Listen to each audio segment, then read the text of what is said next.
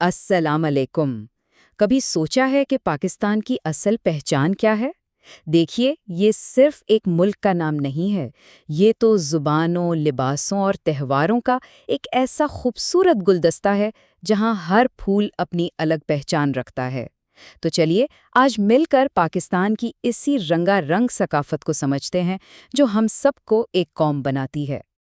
अच्छा, तो इस सफ़र को शुरू करने से पहले सबसे अहम सवाल, ये सकाफ़त आखिर है क्या चीज़? हम ये लफ्ज़ तो बहुत इस्तेमाल करते हैं, लेकिन इसका असल मतलब क्या है? बहुत सादा लफ्ज़ों में सकाफ़त किसी भी जगह के लोगों के जीने का तरीका है। ये बिल्कुल एक आईने की तरह है जिसमें उस कौम के रस्म रवाज, उनकी सोच, उनकी कदरें, सब कुछ नज़र आ जाता है। मतलब लोग रहते कैसे हैं, क्या खाते पीते हैं, खुशियाँ कैसे मनाते हैं, ये सब सकाफ़त का ही हिस्सा है। और हाँ, सकाफ़त कोई किताबी बात नहीं है, ये तो एक जीता जागता सांस लेता हुआ तजुर्बा है। जैसे यहाँ इस तस्वीर में नज़र आ रहा है, ये हमें रंग बरंगे मेलों और त्योहारों में नज़र आती है, जहाँ सब लोग इकट्ठे होकर मौसीकी सुनते हैं और बस जिंदगी का जश्न मनाते हैं। सच पूछें तो यही हमारी सकाफ़त का धड़कता हुआ दिल है।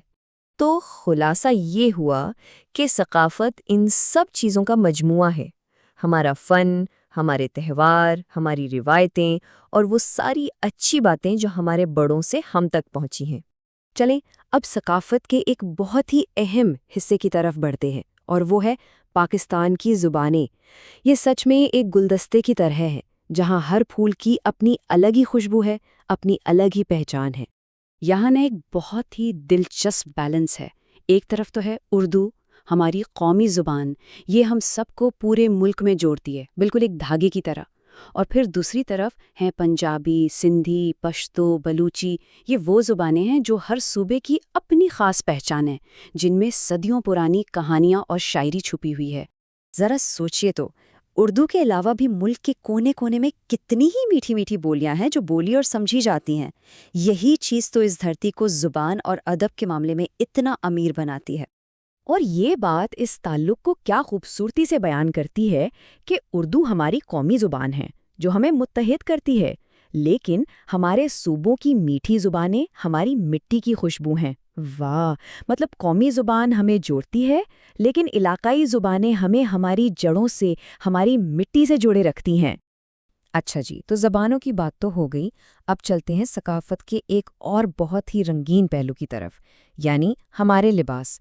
और याद रहे, हमारे कपड़े सिर्फ पहनने के लिए नहीं होते, ये तो हमारी तारीख और हमारे फ़न की कहानियाँ सुनाते हैं।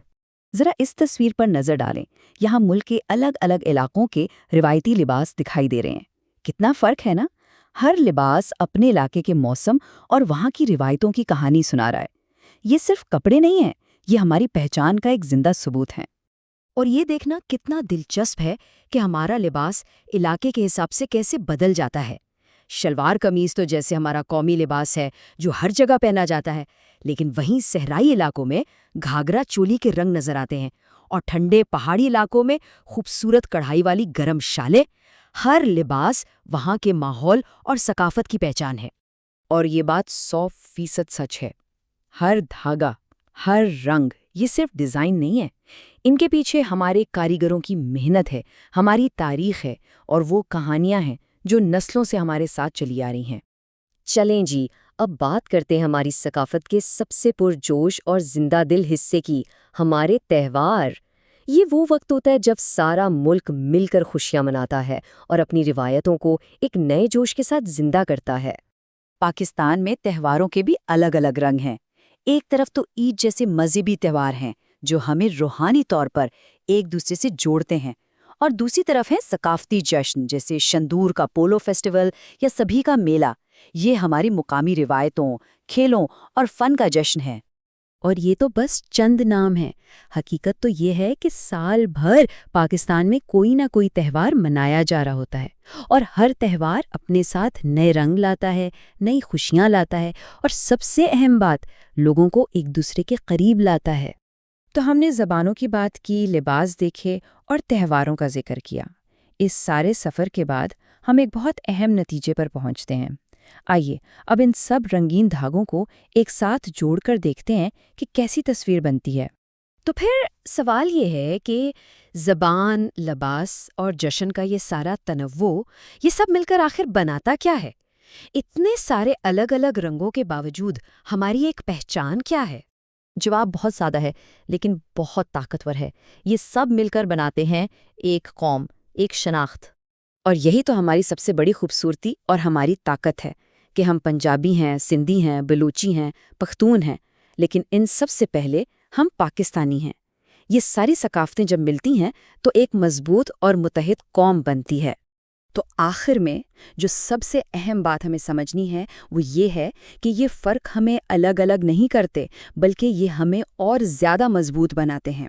پاکستان کی ثقافت کا اصل جوہر یہی ہے، کثرت میں وحدت۔ ہمیشہ یاد رکھیں، یہ جو ہمارا تنوع ہے نا، یہی ہماری سب سے بڑی طاقت ہے۔